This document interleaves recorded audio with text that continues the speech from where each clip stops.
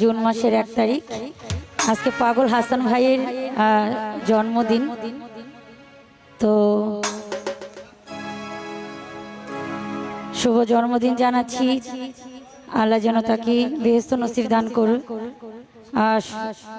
সকলেই তার লেখা একটা করে গান করেছে, তো আমি নতুন একটি গান তার লেখা করছি। আশা করি ভালো লাগবে সকলের। ধন্যবাদ জানাচ্ছি। ওরে জ্বালাই